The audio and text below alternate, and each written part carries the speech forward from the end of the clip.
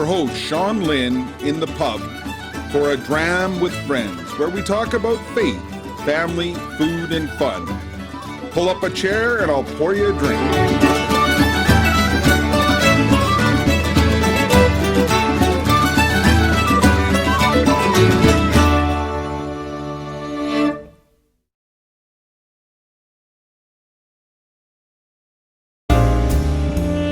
Episode 54. We are on location in Denver visiting our good friend Dr. Ted Suri. He's going to talk to us about living virtue. Great. All right. We're having a special episode here at the headquarters of Focus with Dr. Ted Suri.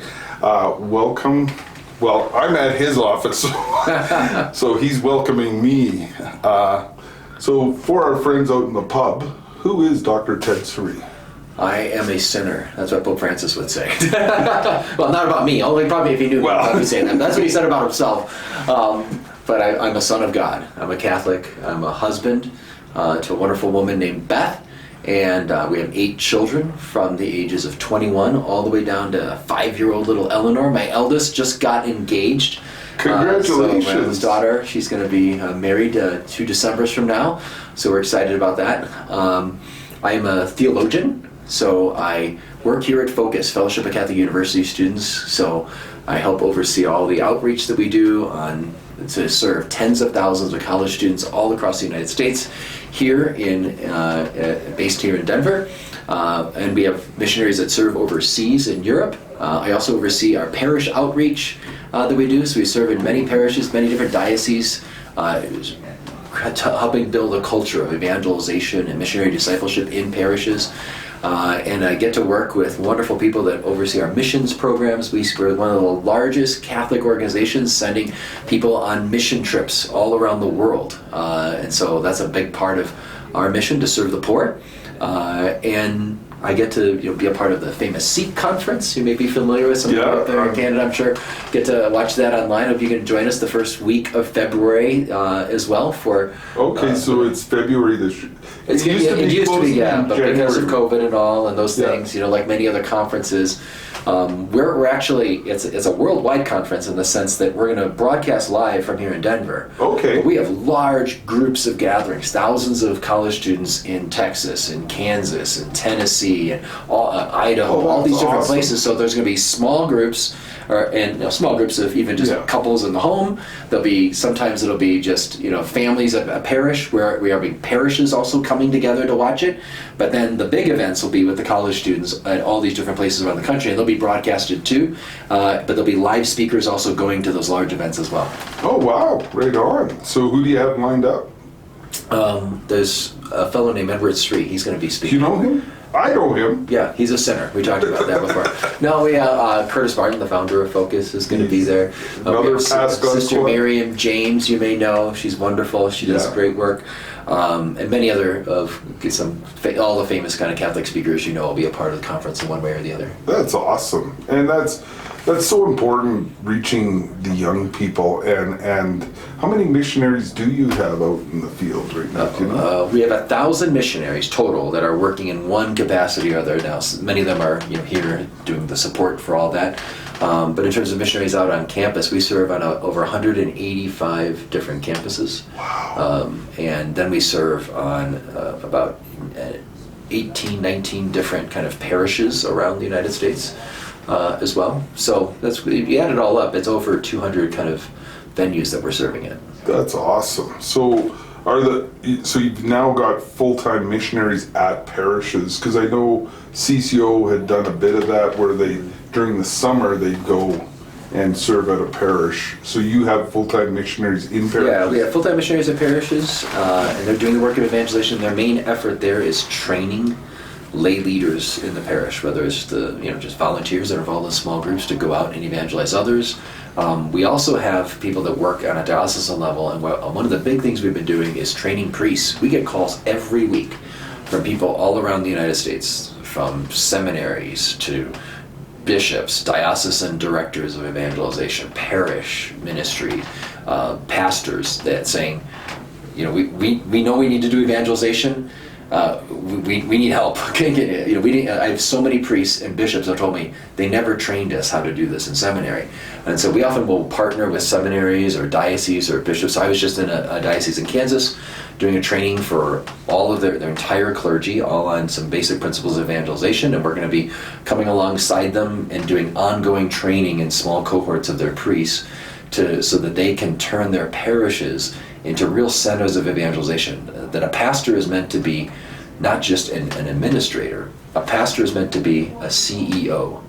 Okay. Chief Evangelization Officer. I like E that. for evangelization. Okay, right? Father Jonathan, I hope you're watching. Yes, it's good to have a good budget, and it's good to build your capital campaign and manage a staff. All that's, God works through that as well. But the number one thing that a pastor needs to be is a father to his people, and that includes the people that aren't fully committed to Christ yet, that need to come along the way in their walk as a disciple. And so, for Focus, for all these years, we've been training people in the art of evangelization. I'm going to show you something here. So this is a book that we just came out with. My good friend Curtis Martin and I serve as the editors of it, but really it was all of our staff in Focus, the people that work in parishes, people working on campus, coming together, and it's a summary of all of the resources we've been developing over the last 20 years. Oh, wow. And these are tools that you use when you're accompanying someone in the art of evangelization and then training them. This is the key, to train them to go out and reach others. So many ministries are all about, did they come hear that great talk and 500 people came, it was amazing. Yeah. And that's cool. But my big question is, if it's a success, I want to know how many of those 500 are going out and reaching others. Because they came just to be fed, they're not true Catholic missionary disciples. A Catholic missionary disciple doesn't come to just be fed. They are on fire to go out and reach others because they know how much our faith in Jesus makes all the difference in the world. So that's what this resource is to train ordinary lay people. We've used this with doctors, we've used this with lawyers, we've used this with Catholic school teachers, we've used this with priests, we've used this with young adults, and what we're seeing is parishes coming alive and being transformed, where you see a culture where you have one of the missionaries leading maybe some volunteer that leads a small group, and then from that small group there's someone else that has been trained then to lead their own small group, and then that person's going out and reaching another small group. You're seeing 4 generations down.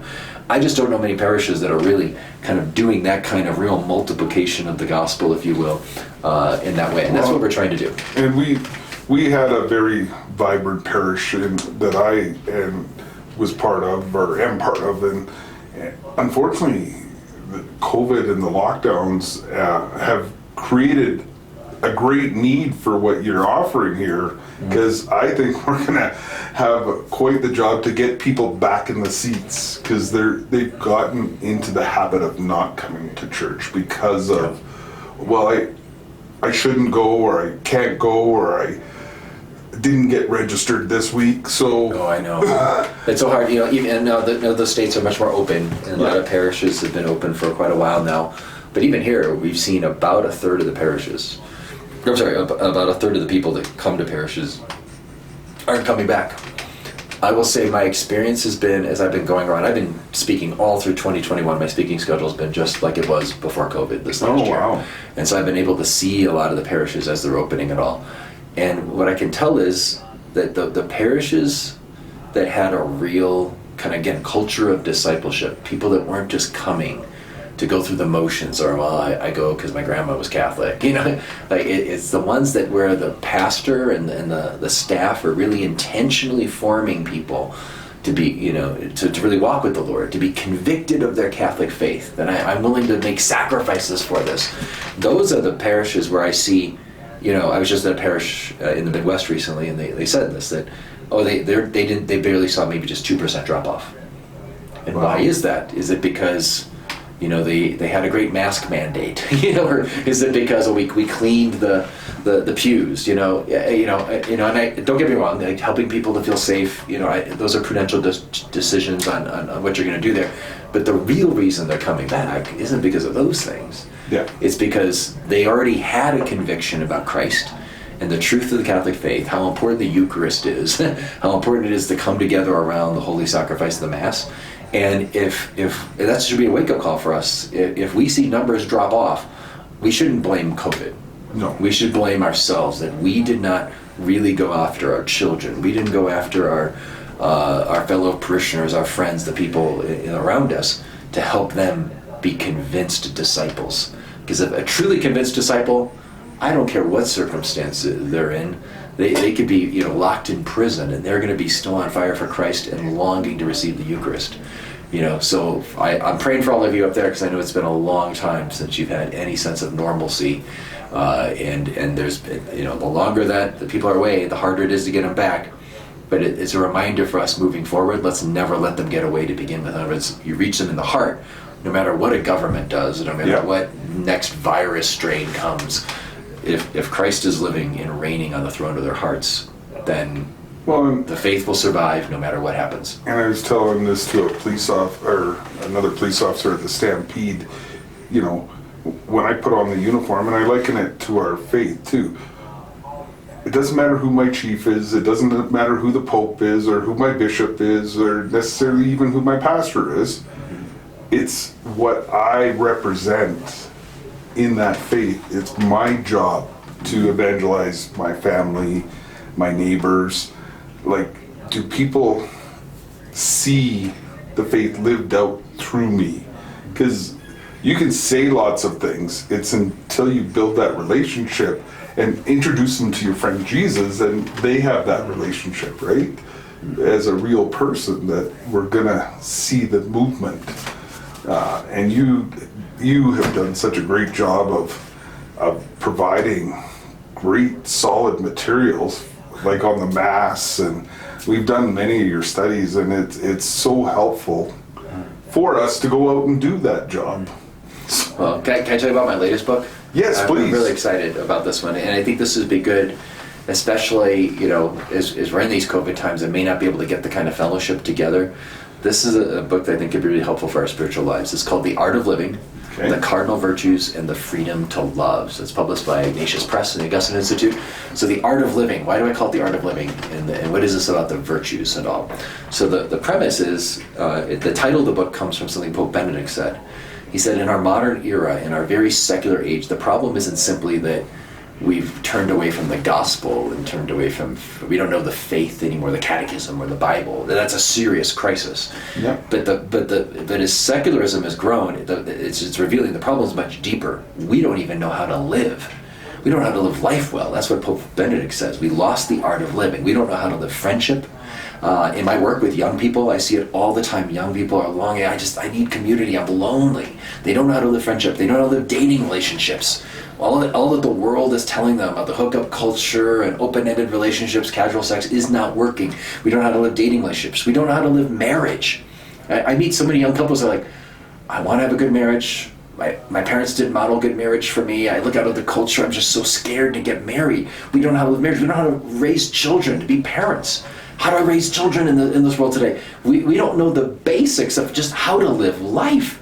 That's why Pope Benedict said we have lost the art of living. And the good news is that there is a great tradition on the art of living, on how to live friendship and dating and marriage and family life well. And that tradition is known as the virtues. The great virtues going back to St. Thomas Aquinas, St. Augustine, to Jesus, even in the Old Testament, Plato, Aristotle, long before Christ, they always saw that it was the virtuous life that helps you to be a good friend. And so one of the things the subtitle of the book, so it's called The Art of Living, The Cardinal Virtues and the Freedom to Love. Now, why do I call it the freedom to love? It's because we need virtue to be able to love people. Yeah, and this is probably the biggest point, because I know I've come up a couple of times and spoken at your conferences there, whether it's for marriage and family or for the men's conference, and so I love all the work that we're doing up there. But one of the key things we have to see is it's not enough to just be a good Orthodox, pious, prayerful Catholic. Now, don't get me wrong, you need to be Orthodox, you need to pray, you need to go to Mass, all those things. But I need virtue, because no matter how much I value my wife, I may really value her and I want to love her. To the extent I lack virtue, to that extent I'm just not able to love her. Like if I fall short in generosity, if I have selfishness in me, that's not just an Edward Sri problem. I remember as a kid, I used to in Catholic schools hear about the virtues. fortitude, fear of the Lord. I used to have a very individualistic view of the virtuous life, like it's about me and my self-improvement. So I got to grow in virtue to be a better man, and they're like badges to be a good scout for Jesus or something. That's how I used to think of it. But now I realize virtue isn't just about me. My wife needs me to be virtuous. She's depending on me growing in virtue. Because to the extent I'm selfish, I'm self-centered, I'm not thinking of her, I will do selfish things that hurt my wife. To the extent I lack patience, I will do impatient things that hurt my children. I'll lose my temper with them. That's not an Edward Street problem, simply. That's a problem for my kids. I'm hurting them. I'm not giving the best of myself to them. To the extent I lack courage, for example. Like, let's say, here in the office, if there's like a big project given to me and there's a tight deadline and I've got to lead my team and they're already overwhelmed with everything on their plates and I don't have courage. I'm going to be overwhelmed myself. I'm going to get discouraged, or I'm going to complain about management. Why did they give us this? Don't they understand? I'm not able to lead my team. They need me to be courageous and say, team, this is going to be really hard. We got this extra project. I know we weren't expecting it. I'm not sure how we're going to figure this out. But I believe in this team. I believe we could put our minds together and prioritize. We can get this done. My lack of courage will affect them. It'll hurt them. If I'm not prudent and I don't think things through, I could spend money in the budget and all of a sudden it hurts my family.